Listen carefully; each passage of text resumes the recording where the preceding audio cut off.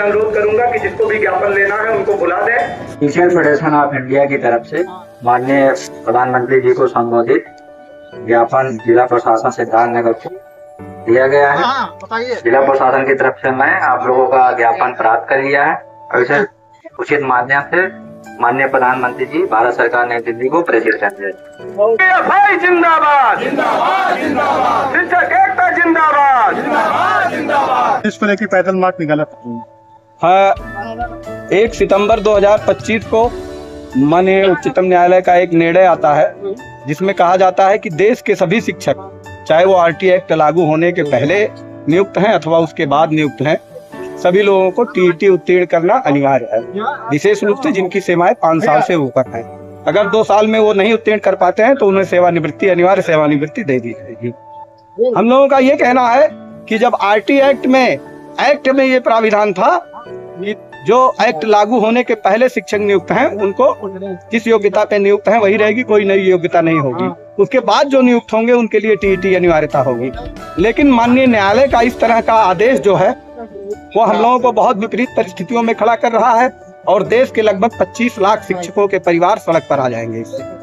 इसके लिए teachers federation of India जो राष्ट्रीय संगठन है पूरे देश का और जिसके राष्ट्रीय अध्यक्ष आदरणीय दिनेश चंद्र शर्मा जी हैं, महासचिव उसके राममूर्ति ठाकुर जी हैं, उसने सभी लोगों को इकट्ठा करने का काम किया और आज जो प्रदेश के 3 मान्यता प्राप्त शिक्षक संघ हैं, उत्तर प्रदेशीय प्राथमिक शिक्षक संघ, उत्तर प्रदेशीय जूनियर हाई स्कूल शिक्षक संघ और उत्तर प्रदेशीय महिला शिक्षक संघ, तीनों लोगों ने एक बैनर के नीचे टीचर फेडरेशन ऑफ इंडिया के नीचे आकर और इस मुद्दे पर संघर्ष का ऐलान किया।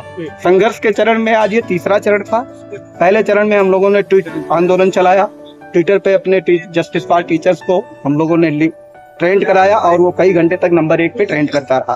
फिर 3 दिनों तक 23, 24, 25 तक हम लोगों ने काली पट्टी बांध के विरोध जताया। आज 26 तारीख को पूरे देश के सभी जनपद मुख्यालयों पे धरना करके, प्रदर्शन करके ज्ञापन दिया गया है प्रधानमंत्री जी को। अगर इसके बाद भी वो लोग नहीं चेतते हैं तो जब संसद का सत्र चलेगा तो उस समय हम लोग 2-4 दिनों के अंदर दिल्ली के रामलीला मैदान में एक विशाल आंदोलन करेंगे और वहाँ संसद को, पार्लियामेंट को घेरने का। क्या चाहते हैं? हम लोग चाहते हैं कि जो एक्ट में प्राविधान है उस पर केंद्र सरकार स्पष्टीकरण जारी करे कि एक्ट लागू होने के पहले जो शिक्षक नियुक्त हैं उनको टीईटी की अनिवार्यता नहीं है, उनको उससे मुक्त किया जाए। मैडम, धरना दिया, ज्ञापन सौंपा, क्या है मामला? मामला वही है जो 1 सितम्बर देना आया है। 27 जुलाई 2011 से पहले भी जो शिक्षक थे उनके लिए भी टीईटी अनिवार्य थी। हमारे विभाग में एक परीक्षा होती है जो कि नए कमर्स जो आते हैं टीईटी की परीक्षा सुपर टेट पास करते हुए और वो टीचर एलिजिबिलिटी विभाग में उनको नौकरी मिलती है। तो जो परीक्षा नौकरी देने के लिए लगाई जा रही है और जो नौकरी कर रहे हैं उनके ऊपर लगाई जा रही है। परीक्षा से बहुत ज्यादा ऑब्जेक्शन नहीं है, ऐसा नहीं है कि आप शिक्षक परीक्षा पास नहीं कर सकते हैं, तो कर पास नहीं। लेकिन ये बताइए कि यूपी में 2 लाख लगभग शिक्षक प्रभावित हैं, पूरे देश में लगभग 20 लाख शिक्षक प्रभावित हैं। कोई भी ऐसी परीक्षा पूरे इतिहास में पूरे देशों से खोज के लिए आई जिसमें कि 100% रेट रहा हो पासिंग। कोई परीक्षा नहीं होती, जो बच्चे तैयारी में हैं वो 100% जितना फॉर्म भरे पास नहीं होते। हमारे 20 लाख शिक्षक परीक्षा देंगे और सभी के सभी पास हो जाएंगे, इसकी कोई गारंटी।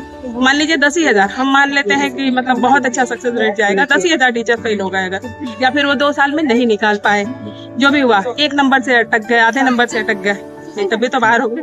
तो वैसी स्थिति में क्या उनकी नौकरी मायने नहीं रखती? उनके पास तो अब उम्र की सीमा में नहीं बची है कि वो कोई और नौकरी खोजेंगे। तो जो 30 साल, 35 साल, 20 साल, 25 साल विभाग को दिया, उससे अब आप उसकी योग्यता का परीक्षण ले रहे हो।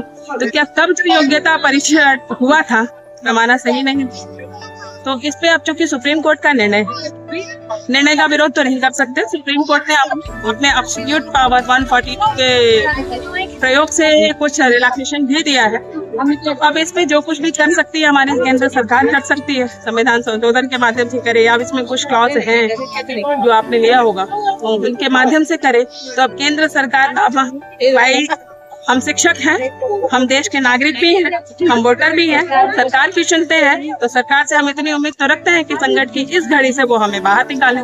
इस अनुरोध के साथ यहाँ खड़े हुए हैं। सरकार आपकी बात नहीं मानती तब क्या करेंगे? सरकार बात नहीं मानेगी तो लोकतंत्र ने आंदोलन का, विरोध का अधिकार भी हमें उसी संविधान ने दे रखा है, हम उसका प्रयोग करेंगे। चाहती क्या है? संविधान के नियमों के अंदर रहते हुए ही चाहते क्या है भाई?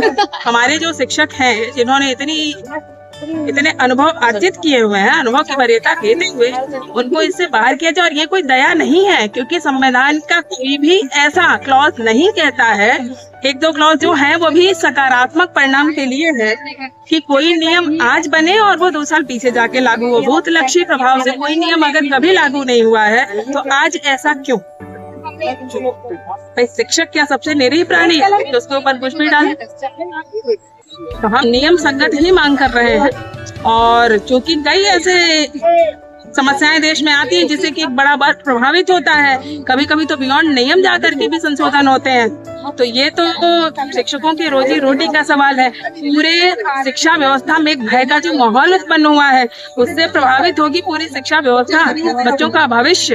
अगर शिक्षक स्वयं सुरक्षित नहीं रहेगा तो बच्चों का भविष्य कहाँ संतुलित होगा? तो वैसी स्थिति में आवश्यक है कि शिक्षा व्यवस्था पर आए हुए संकट पर सरकार संज्ञान ले और इस पे समुचित मार्ग निकाले।